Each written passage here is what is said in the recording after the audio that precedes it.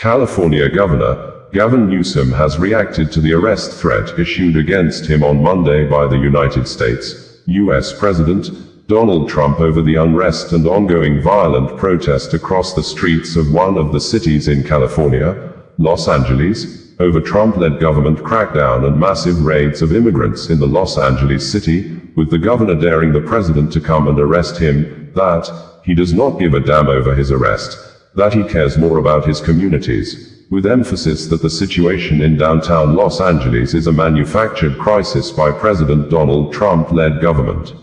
It would be recalled that riots and civil unrest by Americans broke out across Los Angeles on Friday and continued throughout the weekend into this new week to protest local raids conducted by the U.S. Immigrations and Customs Enforcement, ICE, with the protesters apparently overpowering and overwhelming Los Angeles Police Department, LAPD, which thus appears to have prompted a strong response from President Donald Trump. Local media and videos posted online saw rioters caught on camera torching cars and throwing rocks at police vehicles, leading to numerous arrests as the federal guard worked to stamp out the chaotic gathering. Donald Trump is putting fuel on this fire. Commandeering a state's National Guard without consulting the governor of that state is illegal and immoral, Newsom wrote in an X post on Sunday. California will be taking him to court.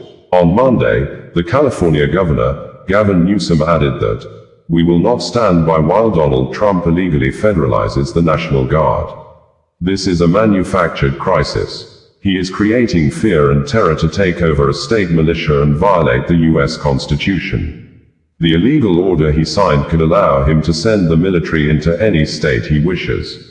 The California governor, Gavin Newsom, who is a Democrat while Trump is Republican, also told local media that he plans to file suit on Monday against the Donald Trump administration to roll back the National Guard deployment, which he called an illegal act, an immoral act, an unconstitutional act, following Trump's move to cite a legal provision that allows him to mobilize federal service members when there is a rebellion or danger of a rebellion against the authority of the government of the United States.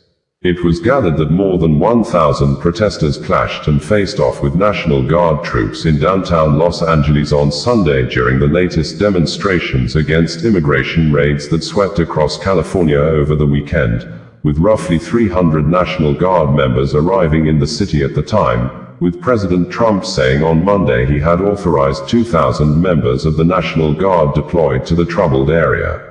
On April 16, 2025, Governor Gavin Newsom had stated via his verified social media account that Donald Trump does not have the authority to unilaterally impose the largest tax hike of our lifetime with his destructive tariffs. We're taking him to court.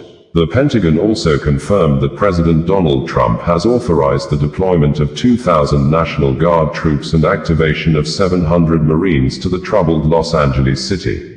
Residents said that the demonstrations began outside in downtown Los Angeles on Friday after the locals became. President of Ukraine, Volodymyr Zelensky, has confirmed that President Vladimir Putin-led Russia government has set free first batch of Ukrainian prisoners in line with the agreement both countries reached at the last peace meeting in Istanbul, Turkey, adding that the Russia war in Ukraine is still intense at Pokrovsk area of Sumy region. In a video and written press releases on Monday, President Zelensky said, "Today, the first stage of the prisoner exchange agreed in Istanbul has begun. More stages will follow, at least, that's what was discussed with the Russian side. I thank everyone making it happen. I also held a meeting on June's international agenda. No meeting should be hollow.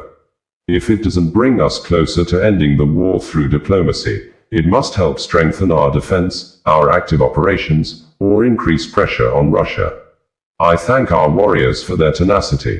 The most intense fighting continues in the Pokrovsk direction, in the areas of the Kursk operation, and along the border in the Sumy region.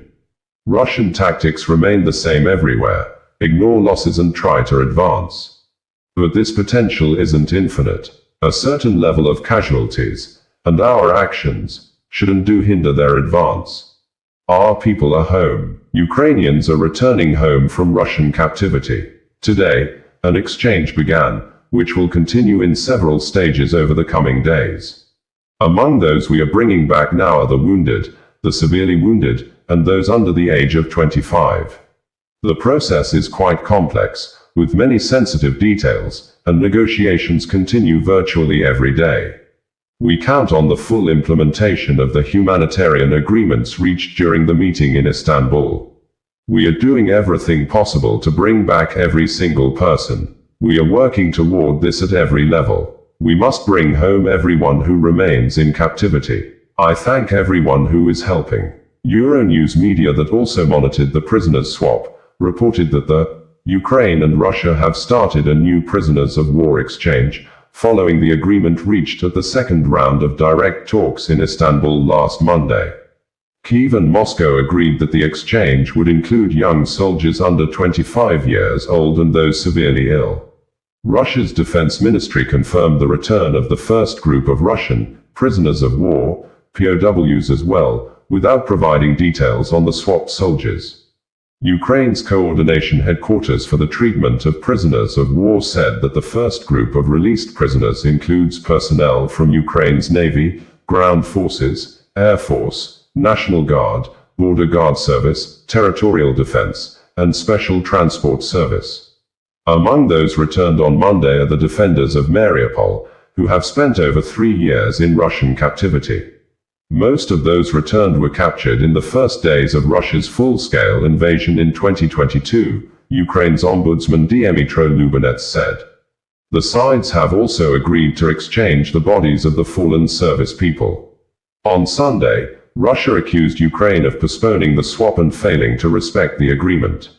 Moscow said that the trains carrying the bodies of Ukrainian soldiers were due to depart towards the Ukrainian border. Edo State Commissioner of Police, Monday Agbonika, has announced the commencement of house-to-house arrest of people suspected or identified as members of a secret cult group in the south-south geopolitical state of Nigeria.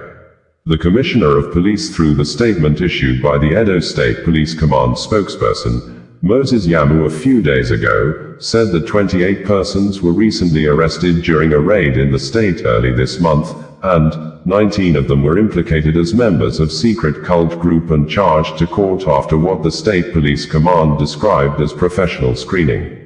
In the statement, the police said, the Edo State Command has sustained its fight against crime through visibility policing, community engagements and sustained raids of criminal hideouts in the state. On the 4th of June 2025, between 1600 hours and 2200 hours, operatives of the command carried out raids of criminal hideouts within Benin City. During the raids, 28 persons were arrested and professionally screened, where 19 of them found implicated were charged to court.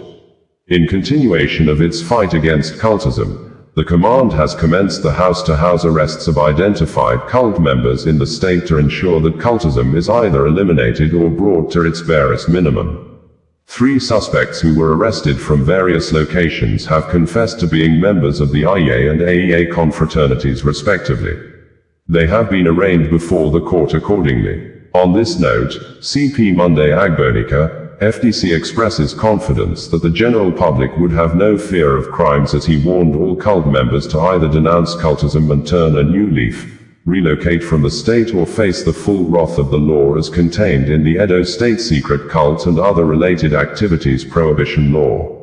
The command can be reached on the following lines: Control Room 08037646272, 08077773721, Public Complaints Bureau, PCB, 081509993335, Complaints Response Unit, CRU, 081003899992.